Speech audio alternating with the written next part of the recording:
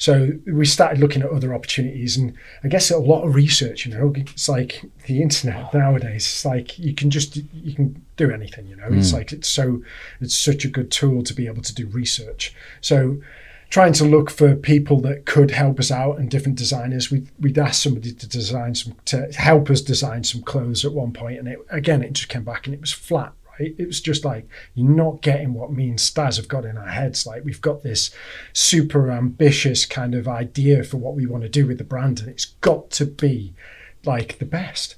And then we found this guy, and his name's Jeff Griffin, and he's a fashion designer.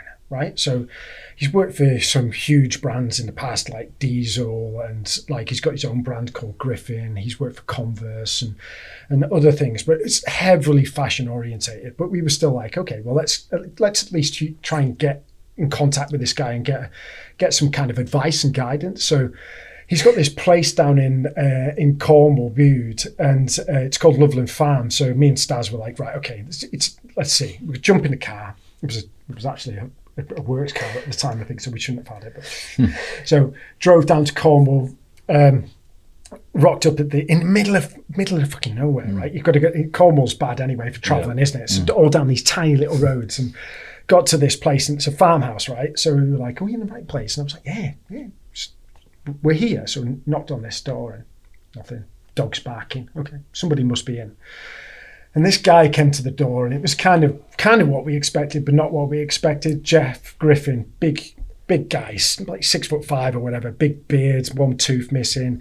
He's wearing one flip flop, and the dog's got his spectacles in his house, in his mouth, and you're like, wow, I wasn't expecting this. And Jeff's just this, like, he's such a character, like he's not of this world. So first thing he wants to do is introduce us to his pigs. So he's like, let me take you boys down the garden. He takes us down there, and he's showing us around this Loveland Farm thing. He's got big domes, an eco retreat, right? So people go and stay there, but. So he's like, here's my pigs. This is my 2 buffaloes. Chinese water buffalo. And mad. Me and Staz are just looking at each other going, okay, is this guy taking acid or something? I don't know what's going on. And can I have some? I need some. So just crazy. And anyway, so Jeff kind of pulls us into like his office space, which is like, there's stuff everywhere, there's design ideas on the wall, bits of jacket everywhere. And he was like, okay, run me through it. What do you guys want to do? So we pitched to him, and like we thought it went really well. We were like, okay, we've pitched it in our way, and we're really enthusiastic. We've got this great idea, and Jeff's just like so unreactive. He's like so flat, and he's just like just umming and ahhing and sort of saying, look, guys, like, this is difficult. Like, this is a very difficult business, difficult world that you're just about. Are you fucking sure? You know what you're getting yourself into, and 2, are you ready for it? Are you fucking prepared mentally for what you're about to do? And the amount of cash you're going to burn. And Jeff was brilliant. We loved his designs as well. I think we found him through Instagram, didn't we? Or Louis did. And he has a real pull towards military. So a lot of his designs was camouflage prints, and I think that's why we liked him. And we sort of went down there, had a lot of military paraphernalia and old wagons and bits and pieces. So there was a kind of instant connection there. And bearing in mind that Jeff at the time, I think we caught him at a perfect time. He's super, super busy, but he had a small window of opportunity where he was kind of like, look, I've moved down here away from London. I've set up the eco retreat with his wife, Karina. They're beautiful people. And I think he was just like, I think he felt a bit of pity on us and was like, do you know what? I love the military, special forces guys. These 2 they seem like they're a bit of me. I like them. Okay, but again, to Louis' point, you couldn't really read him as a person. So we kind of moonwalked out of there, not really sure whether it was a success or not. And we kind of drove off in the car, like, thanks, Jeff, great to meet you, the family. And we drove down the lane, stopped, got out of the car, and we're like, what the fuck just happened? That was so surreal. What a mad, bonkers experience and meeting. It's not probably what both of us had in our mind.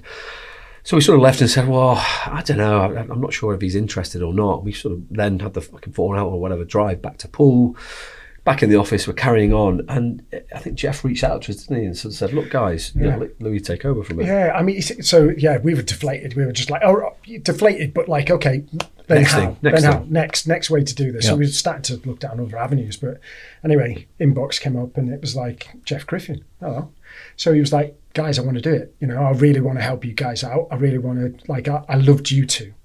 as individuals, and I could see you're passionate, and I could see that, you've got this burning desire to do this, regardless of how much I'm trying to put you off, you're still hell-bent on doing it. So he was like, I've got this great factory, it's in Italy, I want to introduce you and I want to help you. So I can help you out with some initial designs and show you how this is done.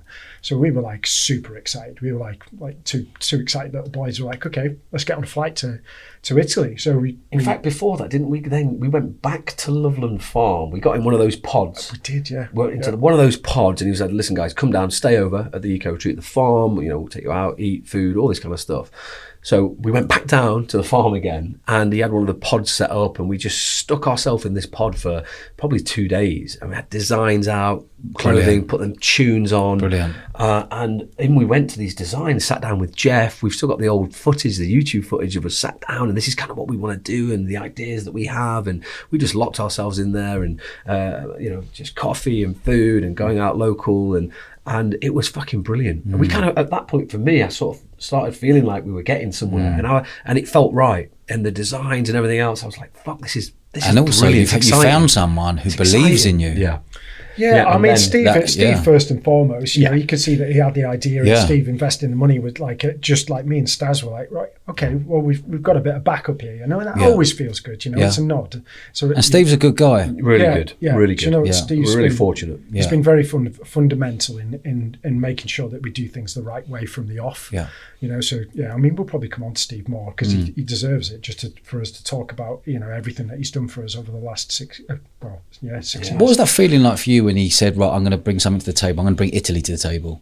Were you thinking, now we're talking? Next thing, we're on a flight with Jeff, and being introduced to a very, very high level factory. And to Louis' point, back again, you would never have these doors open to you and these opportunities. So you need a bit of that and look and bits and pieces, but you kind of forge your own path. And and if you're good people and you're I guess if you're honest and you're straight shooting, generally people will take you under the wing and they'll help you out a bit. Good people help good people, I think. Yeah, not without fails. I mean, there was loads of people we spoke to where it was just like, that was just a waste of our time. But that's business, right? Yeah.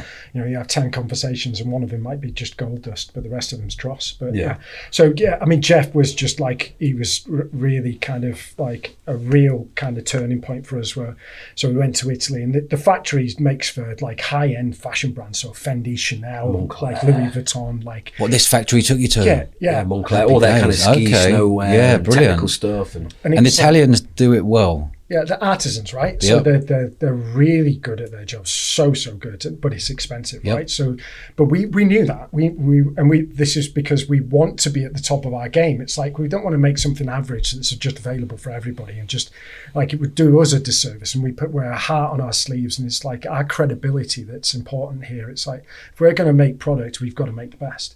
So we were in the right place, and they've got all the technical capabilities that we needed. Like I mentioned about Britain, and it just being knife and fork, and we would love to have made it in Britain at the time, but it's just, if we want to make technical outdoor performance gear, we can't do it here, so it's got to be somewhere else, and that was Italy. So they helped us with the first kind of prototypes, and Jeff had designed helped us design these first 3 garments, and it was very fashion at the time. The first few drawings that Jeff did, it was like it leant too far that way for us, where we wanted it to be like technical performing garments, but it had to look cool as fuck. And we had too much of the look cool as fuck, but didn't technically perform at that point. So it took a lot of backwards and forwards between us and the factory, which is always the case. But I think they were laughing at us at the time, and it was like, guys, you do realize that you've done like 10 prototypes, and it's like usually it's like 3, and we were like,